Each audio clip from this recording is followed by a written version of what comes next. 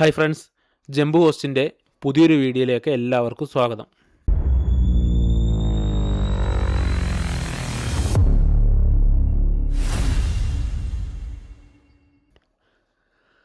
നമ്മൾ 2 ദിവസമായി ഇപ്പോൾ വീഡിയോ ഇട്ടിട്ട്. ഇന്നത്തെ ക്ലാസ് നമ്മുടെ CCNA ക്ലാസ്സിൻ്റെ 7ാമത്തെ ക്ലാസ്സാണ്. 2 ദിവസം വീഡിയോ ഇടാൻ ലൈറ്റ് ആയത് എന്താണെന്ന് വെച്ചാൽ നമ്മളൊരു ക്രിമ്പിങ്ങിൻ്റെ ഒരു വീഡിയോ ചെയ്യാൻ വേണ്ടിയിട്ട് ഒരു ക്രിമ്പിങ് ടൂൾ ഞാൻ ഓർഡർ ചെയ്തതാണ്. അപ്പോൾ അത് ഇതുവരെ എത്തിയിട്ടില്ല. അതുകൊണ്ടാണ് നമ്മുടെ വീഡിയോ ഡിലേ ആവുന്നത്. അപ്പോൾ ഞാനത് 2 ദിവസം വെയിറ്റ് ചെയ്ത് നോക്കിയതാണ് വരാൻ വേണ്ടിയിട്ട്. പക്ഷെ അത് വന്നിട്ടില്ല. ഇനി 2 ദിവസം കൂടെ എടുക്കും. അപ്പോൾ അതിനനുസരിച്ച് ഞാൻ വീഡിയോ ചെയ്യാം. അപ്പോൾ നമുക്കിന്ന് പുതിയൊരു ടോപ്പിക് എടുക്കാം. അതിന് ശേഷം അത് വരുന്നതിനനുസരിച്ച് ഞാൻ ക്രിമ്പിങ്ങിൻ്റെ വീഡിയോ എന്തായാലും ചെയ്യാം. നമ്മൾ കഴിഞ്ഞ ക്ലാസ്സിൽ സ്വിച്ചിനെ കുറിച്ച് പറഞ്ഞിരുന്നു. സ്വിച്ച് എങ്ങനെയാണ് കമ്മ്യൂണിക്കേറ്റ് ചെയ്യുക എന്നുള്ള കാര്യങ്ങളൊക്കെ നമ്മൾ പറഞ്ഞിരുന്നു. അപ്പോൾ അതിൽ നമ്മൾ പ്രധാനപ്പെട്ടൊരു കാര്യം പറഞ്ഞത് സ്വിച്ച് മാക് അഡ്രസ്സ് നോക്കിയിട്ടാണ് കമ്മ്യൂണിക്കേറ്റ് ചെയ്യുക എന്നുള്ളതാണ്. അപ്പോൾ മാക് അഡ്രസ്സിനെ കുറിച്ചാണ് നമ്മൾ ഇന്നത്തെ വീഡിയോയിൽ നമ്മൾ ചെയ്യാനായിട്ട് പോകുന്നത്. ഇപ്പോൾ മാക് അഡ്രസ്സിനെ കുറിച്ചുള്ള കുറച്ച് അത്യാവശ്യം വേണ്ട കുറച്ച് ബേസിക് ആയിട്ടുള്ള കാര്യങ്ങളാണ് പറയാൻ പോകുന്നത്. കൂടുതൽ പറഞ്ഞിട്ട് ഞാനതിന് കൺഫ്യൂഷനൊന്നും ഇപ്പോൾ ആക്കുന്നില്ല. കാരണം ഇപ്പോൾ നമ്മൾ പഠിക്കുന്നത് എന്താണ്, നെറ്റ്വർക്കിൻ്റെ ഏറ്റവും ബേസിക്കാണ് നമ്മൾ പഠിക്കുന്നത് കേട്ടോ. CCNലോട്ട് എത്തുമ്പോഴാണ് നമുക്ക് മാക് അഡ്രസ്സിനെ കുറിച്ച് കുറച്ചും കൂടി ഡീറ്റെയിൽസ് ആയിട്ട് നമുക്ക് പഠിക്കാം. ഓക്കെ, ഇപ്പോൾ നമുക്ക് മാക് അഡ്രസ്സിൻ്റെ കുറച്ച് ബേസിക് ആയിട്ടുള്ള കാര്യങ്ങൾ നോക്കാം. അപ്പോൾ മാക് അഡ്രസ്സ് എന്ന് പറഞ്ഞാൽ മീഡിയ ആക്സസ് കൺട്രോൾ അഡ്രസ്സ് എന്നുള്ളതാണ്. അതാണ് മാക് അഡ്രസ്സിൻ്റെ പൂർണ്ണമായിട്ടുള്ള രൂപം. ഇതൊരു യുണീക്ക് ഫിസിക്കൽ അഡ്രസ്സാണ്. യുണീക്ക് ഫിസിക്കൽ എന്ന് പറഞ്ഞാൽ എന്താണ്, ആ ഒരു അഡ്രസ്സ് ഒരു മാക് അഡ്രസ്സിലുള്ള ഡിവൈസ്, ആ മാക് അഡ്രസ്സ് വേറെ ഒരു ഡിവൈസിന് ഉണ്ടാവില്ല. അത് യുണീക്കായിട്ടുള്ള ഒരു ഓൾറെഡി ഫിസിക്കലായിട്ട് സെറ്റ് ചെയ്ത് വെച്ചിട്ടുള്ളൊരു അഡ്രസ്സാണ്. ഇത് എവിടെ സെറ്റ് ചെയ്തിട്ടുണ്ടാവുക? നമ്മുടെ നെറ്റ്വർക്ക് അഡാപ്റ്ററിലാണ്. അല്ലാതെ നമ്മുടെ കമ്പ്യൂട്ടറിൻ്റെ അകത്തോ നമ്മുടെ ഹാർഡ് ഡിസ്കിനകത്തോ നമ്മുടെ മദർ ബോർഡിൽ NIC പോർട്ട് ഉള്ളതുകൊണ്ട് NIC പോർട്ടിൻ്റെ അവിടെയാണ് നമ്മളത് സെറ്റ് ചെയ്ത് വെച്ചിട്ടുള്ളത്. നമ്മളല്ല കേട്ടോ സെറ്റ് ചെയ്യുന്നത്, ഓൾറെഡി സെറ്റ് ചെയ്ത് വെച്ചിട്ടുണ്ടാവുക. അപ്പോൾ നെറ്റ്വർക്ക് അഡാപ്റ്ററിലാണ് ഈ പറയുന്ന NIC പോർട്ടിൽ ആണ് മാക് അഡ്രസ്സ് ഉണ്ടാവുക. അപ്പോൾ മാക് അഡ്രസ്സിന് എക്സാമ്പിൾ ഇവിടെ കൊടുത്തിട്ടുണ്ട്.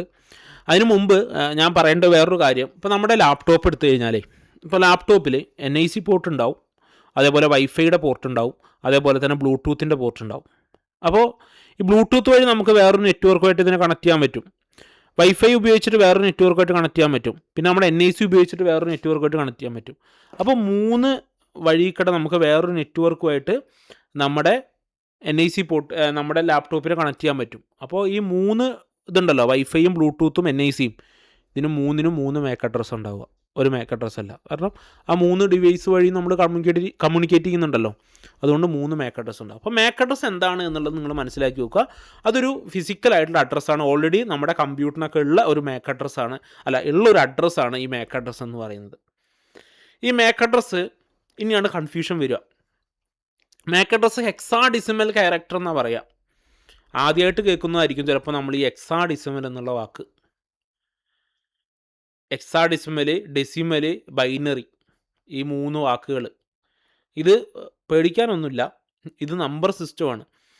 എന്ന് വെച്ചാൽ നമ്മളിപ്പോൾ ഉപയോഗിക്കുന്ന എണ്ണൽ സംഖ്യ ഉണ്ടല്ലോ, എണ്ണൽ സംഖ്യ ഏതാണ്? 0 മുതൽ 9 വരെ. 0, 1, 2, 3, 4, 5, 6, 7, 8, 9. അതാണ് നമ്മൾ ഉപയോഗിക്കുന്ന എണ്ണൽ സംഖ്യ. അതിന് നമുക്ക് ഡെസിമൽ നമ്പർ എന്ന് പറയാം. നമ്മുടെ കമ്പ്യൂട്ടറിലെ കമ്പ്യൂട്ടറിനകത്ത് ഡാറ്റകളൊക്കെ സ്റ്റോർ ചെയ്യുന്നത് നമ്മുടെ കമ്പ്യൂട്ടറിൻ്റെ ഹാർഡ് ഡിസ്കിനകത്താണ്. ഹാർഡ് ഡിസ്ക് എന്ന് പറയുന്നൊരു ഡിവൈസ് ഉണ്ട് നമ്മുടെ കമ്പ്യൂട്ടറിനകത്ത്. അതിനകത്താണ് നമ്മുടെ ഡാറ്റകളെല്ലാം സ്റ്റോർ ചെയ്ത് വെക്കുന്നത്. കമ്പ്യൂട്ടറിൻ്റെ ലാംഗ്വേജ് അല്ലെങ്കിൽ കമ്പ്യൂട്ടർ കാര്യങ്ങളൊക്കെ പ്രോസസ്സ് ചെയ്യുന്നത് നമ്മുടെ ഡെസിമൽ നമ്പർ ഉപയോഗിച്ചിട്ടൊന്നുമല്ല. കമ്പ്യൂട്ടറിനകത്ത് ഡാറ്റകൾ സ്റ്റോർ ചെയ്യുന്നതും ഇത് വർക്ക് ചെയ്യുന്നതൊക്കെ ബൈനറി ലാംഗ്വേജിലാണ്. കമ്പ്യൂട്ടറിൻ്റെ ലാംഗ്വേജ് എന്ന് പറയുന്ന ബൈനറിയാണ്. ബൈനറി എന്ന് പറഞ്ഞാൽ ആകെ 2 എണ്ണേ ഉള്ളൂ, 0യും 1ഉം. അപ്പോൾ 0യും 1ഉം ഉപയോഗിച്ചിട്ടാണ് കമ്പ്യൂട്ടറിൻ്റെ അകത്ത് ഡാറ്റകളും കാര്യങ്ങളൊക്കെ സ്റ്റോർ ചെയ്ത് വെക്കുന്നത്. കമ്പ്യൂട്ടറിൻ്റെ ലാംഗ്വേജ് ബൈനറിയാണ്. നമ്മൾ ഉപയോഗിക്കുന്ന നമ്പർ സിസ്റ്റം ഏതാണ്? ഡെസിമലാണ്. 0 മുതൽ 9 വരെ ഉള്ളതാണ്. ഇനി വേറൊരു നമ്പർ സിസ്റ്റം കൂടെ ഉണ്ട്, അതിനാണ് ഹെക്സാഡെസിമൽ എന്ന് വിളിക്കുക. ഹെക്സാഡെസിമൽ ഏതൊക്കെ നമ്പറാണെന്നറിയോ? 0 മുതൽ 9 വരെയും, പിന്നെ 10ന് പകരം A എന്നെഴുതും, 11ന് പകരം B എന്നെഴുതും, 12ന് പകരം C എന്നെഴുതും, 13ന് പകരം D എന്നെഴുതും, 14ന് പകരം E എന്നെഴുതും, 15ന് പകരം F എന്നെഴുതും. അപ്പോൾ 0 മുതൽ 9 വരെയും A മുതൽ F വരെയും കൂടി ചേർന്നതാണ് ഹെക്സാഡെസിമൽ നമ്പറുകൾ എന്ന് പറയും. അപ്പോൾ ഈ മാക് അഡ്രസ്സ് എപ്പോഴും ഹെക്സാഡെസിമലിലായിരിക്കും. അതാണ് നിങ്ങൾക്ക് ഇവിടെ താഴെ കാണുന്നത്. മാക് അഡ്രസ്സിൻ്റെ ഒരു എക്സാമ്പിൾ ഞാൻ എഴുതിയിട്ടുണ്ടാവും. 001A 2B 3C 4D 5E. ഇതെന്തിനാണ്? ഒരു ഹെക്സാഡെസിമൽ ഫോർമാറ്റിലാണ് ഇത് കിടക്കുന്നത്. ഇപ്പോൾ മാക് അഡ്രസ് ഹെക്സാഡെസിമലിലാണ് എഴുതി വെക്കുക എന്നുള്ള കാര്യം നോക്കുക. അതിനെക്കുറിച്ച് വേറെ കൺഫ്യൂഷൻ ഒന്നും വരുത്തേണ്ട ആവശ്യമില്ല.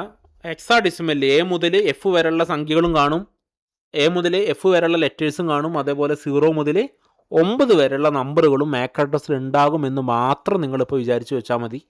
വേറെ അതിനെക്കുറിച്ച് കൂടുതലൊന്നും നിങ്ങളിപ്പോൾ ചിന്തിക്കേണ്ട. ഓക്കെ, നമുക്കതിനെക്കുറിച്ച് വിശദമായിട്ട് നമുക്ക് CCNA നമുക്ക് പഠിക്കാം. അപ്പോൾ എന്തുകൊണ്ടാണ് മാക് അഡ്രസ്സ് യൂസ് ചെയ്യുന്നത് എന്ന് പറഞ്ഞാൽ, IP അഡ്രസ്സ് മാക് അഡ്രസ്സ് ഉണ്ട്. ഇപ്പം IP അഡ്രസ്സ് ചിലപ്പോൾ നിങ്ങളിതിന് മുമ്പ് കേട്ടിട്ടുണ്ടാവും, ചിലവർ കേട്ടിട്ടുണ്ടാവില്ല. IP അഡ്രസ്സ് നമ്മൾ സിസ്റ്റങ്ങൾക്ക് ഓൾറെഡി സെറ്റ് ചെയ്ത് കൊടുക്കുന്നൊരു നമ്പറാണ് ഈ IP അഡ്രസ്സ്, ഒരു അഡ്രസ്സാണ്. അത് ചേഞ്ച് ചെയ്യാൻ പറ്റും. ഈ മാക് അഡ്രസ്സിനെ കുറിച്ച് നമ്മളിപ്പോൾ പറഞ്ഞു, അത് പെർമനൻ്റ് ആയിട്ട് വരുന്നതാണ്. അതുകൊണ്ട് അതിനെ ഫിസിക്കൽ എന്ന് വിളിക്കും. IP അഡ്രസ്സ് നമുക്ക് ചേഞ്ചസ് ഒക്കെ വരുത്താൻ പറ്റുന്നതുകൊണ്ട് നമുക്ക് ലോജിക്കൽ എന്ന് വിളിക്കാം. സ്വിച്ച് എന്ത് ഉപയോഗിച്ചിട്ടാണ് ഡാറ്റകൾ സെൻഡ് ചെയ്യുന്ന? IP അഡ്രസ്സ് ഉപയോഗിച്ചിട്ടാണോ? അല്ല, നമ്മൾ സ്വിച്ച് മാക് അഡ്രസ്സ് ഉപയോഗിച്ചിട്ടാണ്, അല്ലേ? ഇപ്പം നിങ്ങൾ ഇങ്ങനെ കരുതിയാൽ മതി. ഒരു എക്സാമ്പിൾ ഞാൻ പറഞ്ഞുതരാം. ഇപ്പോൾ നമ്മുടെ നാട്ടിലെ പോസ്റ്റ്മാനെ ഒരു ലെറ്റർ നമ്മുടെ വീട്ടിലോട്ട് കൊണ്ടുവന്ന് തരുമ്പോൾ ഇപ്പോൾ നമ്മുടെ പേര് എഴുതിയിട്ടുണ്ടാവും, അതിൻ്റെ താഴെ നമ്മുടെ വീട്ടുപേര് എഴുതിയിട്ടുണ്ടാവും. അപ്പോൾ ഈ പോസ്റ്റ്മാൻ എപ്പോഴും ലെറ്റർ കൊണ്ടുവന്ന് നമ്മുടെ പേര് നോക്കിയിട്ടല്ല, അയാൾക്ക് ആ വീട്ടുപേര് കാണുമ്പോൾ അറിയാം അത് ഇന്ന ആൾക്കാരാണ് എന്നറിയാം, അല്ലേ?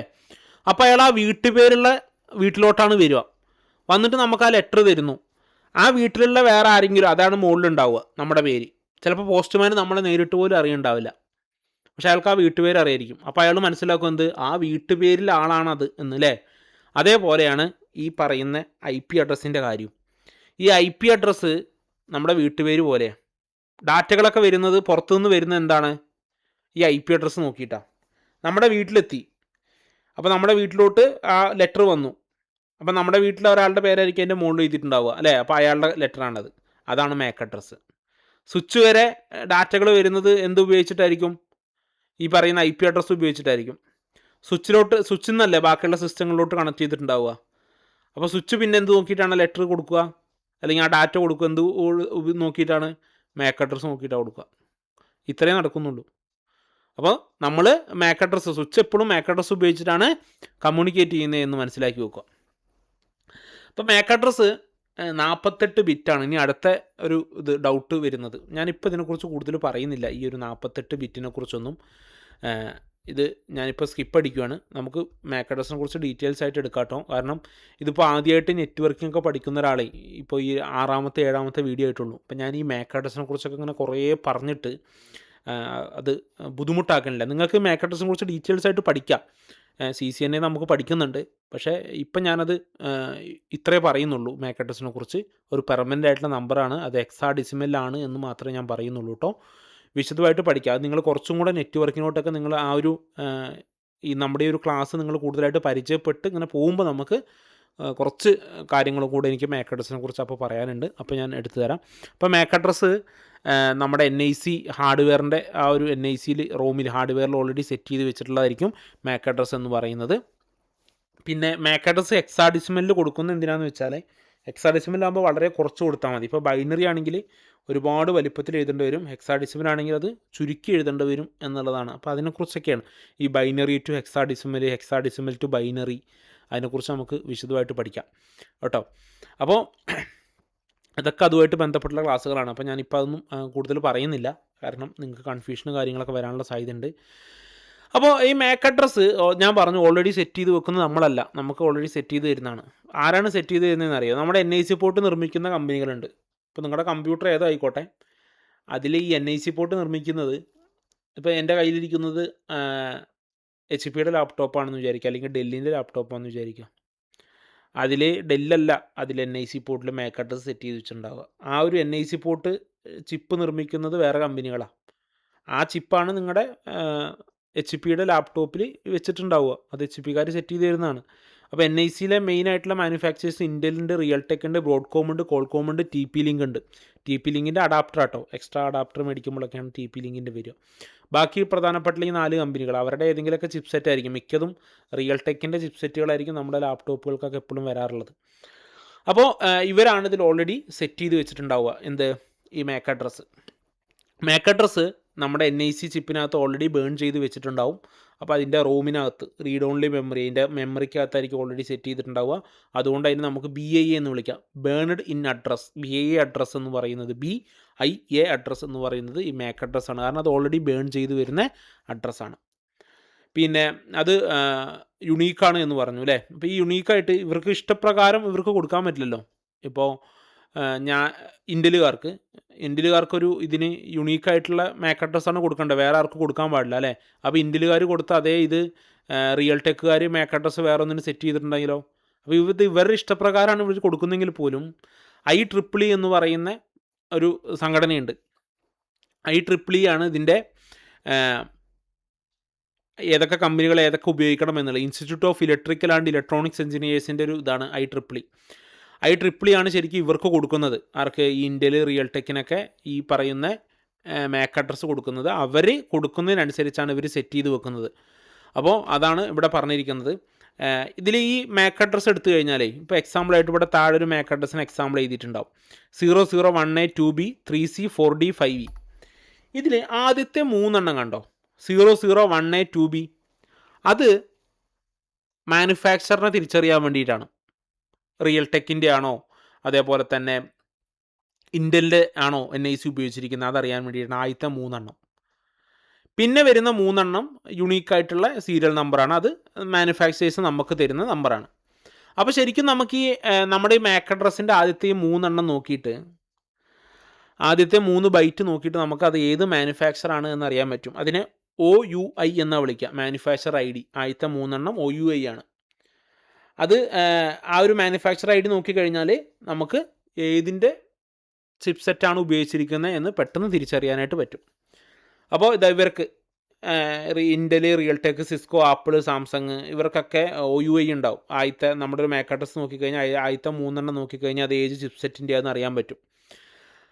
ഇവർക്കെല്ലാം ഒറ്റ OUI ഒന്നുമല്ല. ഇപ്പോൾ ഉദാഹരണമായിട്ട് ഇൻഡലിൻ്റെ കയ്യിൽ ആദ്യത്തെ 3 ബൈറ്റ് ഉള്ളത് ഒരുപാട് OUI അവരുടെ കയ്യിലുണ്ടാവും. അപ്പോൾ OUIയുടെ ലിസ്റ്റ് നോക്കിക്കഴിഞ്ഞാൽ അറിയാൻ പറ്റും. അപ്പോൾ നമുക്ക് ഒരു മാക് അഡ്രസ്സിൽ ആദ്യത്തെ 3 കണ്ടു കഴിഞ്ഞാൽ അത് ഏത് ചിപ്സെറ്റാണ് എന്ന് അറിയാൻ പറ്റും. ഇപ്പോൾ ആപ്പിളിൻ്റെയൊക്കെ OUI നോക്കിക്കഴിഞ്ഞാൽ വേഗം നമുക്കൊരു മാക് അഡ്രസ്സ് കിട്ടി. അത് ആപ്പിളിൻ്റെ OUIൻ്റെ ലിസ്റ്റ് എടുത്ത് നോക്കിക്കഴിഞ്ഞാൽ ആദ്യത്തെ 3 ലെറ്റർ ആപ്പിളിൻ്റെ ആയിട്ട് മാച്ച് ചെയ്യുന്നുണ്ടെങ്കിൽ നമുക്കറിയാം അയാൾ ഉപയോഗിക്കുന്നൊരു ആപ്പിളിൻ്റെ ഡിവൈസാണ് എന്നുള്ളത് നമുക്ക് വേഗം തിരിച്ചറിയാനായിട്ട് പറ്റും. അപ്പോൾ OUI ഇമ്പോർട്ടൻ്റ് എന്താണെന്ന് വെച്ച് കഴിഞ്ഞാൽ ഏത് കമ്പനിയാണത് നിർമ്മിച്ചിരിക്കുന്നത് എന്നുള്ളതും അത് അതിൻ്റെ നെറ്റ്വർക്ക് അതേപോലെ ട്രബിൾ ഷൂട്ടിങ്ങിനൊക്കെ നമുക്ക് എക്സാമ്പിളായിട്ട് അറിയാൻ പറ്റും. ഇപ്പോൾ ഞാൻ നേരത്തെ ഒരു എക്സാമ്പിൾ പറഞ്ഞില്ലേ, ആപ്പിളിൻ്റെ OUI. നമ്മളൊരു മാക് അഡ്രസ്സ് എടുത്തു, അതിൽ ആദ്യത്തെ 3 ബൈറ്റ് നോക്കി. അപ്പോൾ അത് ആപ്പിളിൻ്റെ OUI ആയിട്ട് മാച്ച് ചെയ്യുന്നതെങ്കിൽ നമുക്ക് മനസ്സിലാക്കാം ആ ഒരു ഡിവൈസ് ഒരു ആപ്പിൾ ഡിവൈസാണ് എന്ന് മനസ്സിലാക്കാനായിട്ട് പറ്റും. ഓക്കെ. അപ്പോൾ മാക് അഡ്രസ്സ് എന്ന് പറഞ്ഞാൽ അത് ഒരു ഹെക്സാഡെസിമൽ നമ്പറാണ്. അത് ഓൾറെഡി നമ്മുടെ കമ്പ്യൂട്ടറിനകത്ത് സെറ്റ് ചെയ്ത് വെച്ചിട്ടുള്ളൊരു അഡ്രസ്സാണ്. ഇനി മാക് അഡ്രസ്സ് എങ്ങനെ നോക്കുകയെന്നറിയോ? മാക് അഡ്രസ്സ് നോക്കാൻ നമ്മുടെ കയ്യിൽ വിൻഡോ കീ, നമ്മളിപ്പോൾ ഡെസ്ക് ടോപ്പൊക്കെ ഉണ്ടെങ്കിൽ നമ്മുടെ കയ്യിൽ വിൻഡോ കീയും 6 കൂടെ പ്രസ് ചെയ്തിട്ട് അതിൽ CMD എന്നടിച്ചിട്ട് ഓപ്പണായിട്ട് വരുന്ന ഈ ഒരു ബോക്സിന് നമുക്ക് കമൻറ്റ് ബോക്സ് എന്ന് വിളിക്കാം. അതിനകത്ത് നമ്മൾ ഗെറ്റ് മാക് എന്ന് ടൈപ്പ് ചെയ്ത് കഴിഞ്ഞാൽ നമുക്ക് മാക് അഡ്രസ്സ് കാണാം.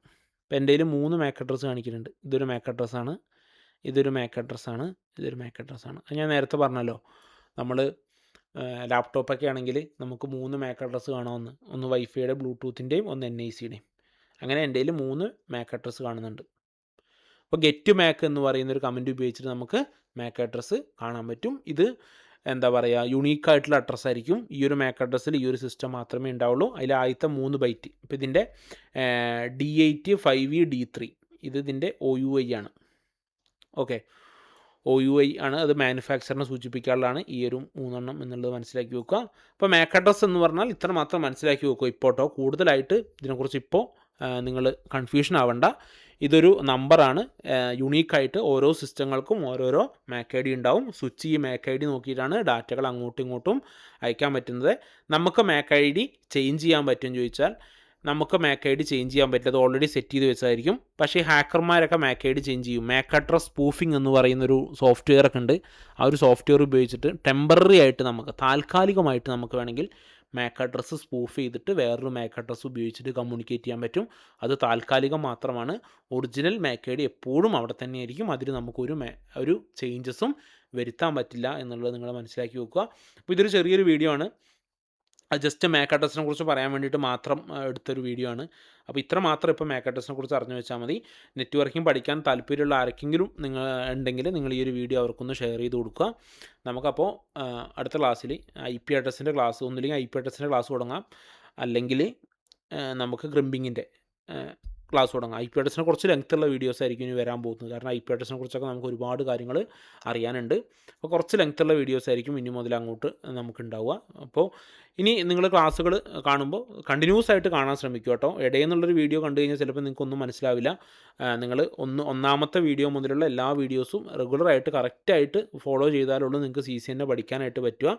നിങ്ങളുടെ ഫ്രണ്ട്സ് ആർക്കെങ്കിലും CCNA കോഴ്സുകളൊക്കെ പഠിക്കാൻ താല്പര്യമുള്ളതെന്നുണ്ടെങ്കിൽ നിങ്ങൾ അവർക്ക് ഈ ഒരു വീഡിയോ ഷെയർ ചെയ്ത് കൊടുക്കുക. സബ്സ്ക്രൈബ് ചെയ്യാൻ ആരെങ്കിലും ഉണ്ടെങ്കിൽ ഈ ചാനലൊന്ന് സബ്സ്ക്രൈബ് ചെയ്തൊന്ന് സപ്പോർട്ട് ചെയ്യുക. നിങ്ങൾക്ക് ഇതിൽ എന്തെങ്കിലും ഡൗട്ട് ഉണ്ടെങ്കിൽ നിങ്ങൾ കമൻറ്റ് ബോക്സിൽ ഇട്ട് കഴിഞ്ഞാൽ ഞാൻ അതിന് ആൻസർ ചെയ്യാം. കാരണം ഞാൻ എടുക്കുന്നത് നിങ്ങൾക്ക് എത്രത്തോളം മനസ്സിലാവുന്നുണ്ട് എന്ന് എനിക്കറിയില്ല. അപ്പോൾ നിങ്ങൾക്ക് മനസ്സിലാവാത്തതുണ്ടെങ്കിലോ അല്ലെങ്കിൽ എന്തെങ്കിലും സജഷനോ കാര്യങ്ങളൊക്കെ ഉണ്ടെങ്കിൽ നിങ്ങൾ കമൻറ്റ് ബോക്സിൽ പറഞ്ഞാൽ ഞാൻ അതേപോലെ എൻ്റെ ക്ലാസ്സുകളൊക്കെ ചേഞ്ച് ചെയ്യാം. അപ്പോൾ നമുക്ക് അടുത്ത ക്ലാസ്സിൽ പുതിയൊരു വീഡിയോ ആയിട്ട് കാണാം.